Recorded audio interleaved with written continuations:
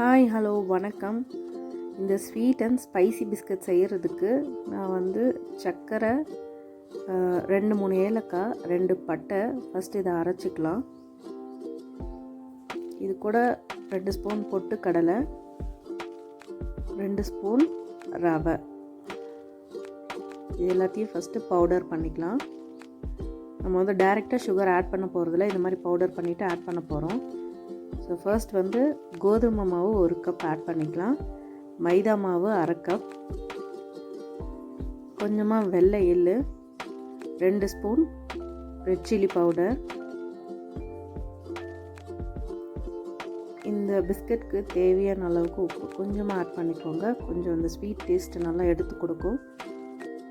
அதை ஆட் பண்ணிவிட்டு இந்த அரைச்சி வச்சுருக்க இந்த பவுடர் சுகர் இருக்கு இல்லையா, அதை வந்து நல்லா மிக்ஸ் பண்ணிக்கோங்க. கொஞ்சமாக வெண்ணெய் இல்லைன்னா நெய் வந்து ஆட் பண்ணிக்கலாம். இது நல்லா டேஸ்ட்டாக இருக்கும், நல்லா வாசனையாக இருக்கும். ஸோ நான் ஒரு 2 ஸ்பூன் நெய் ஆட் பண்ணிக்கிறேன். ஆட் பண்ணிவிட்டு லைட்டாக தண்ணி தெளித்து பிசைங்க.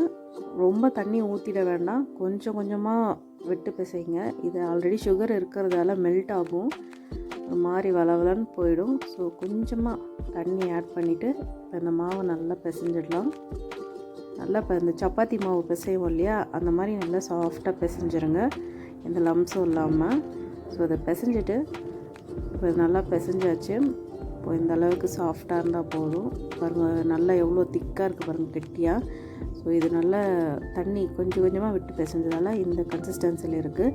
ஸோ இப்போ வந்து நம்ம தேய்ச்சிடலாம், சப்பாத்தி தேய்க்கிற மாதிரி தேய்ச்சிட்டு உங்களுக்கு எந்த ஷேப் வேணுமோ ஒரு ஃபோர்க் வச்சு நல்லா ப்ரெஸ் பண்ணிங்கன்னா ஒரு ஷேப் கிடைக்கும்.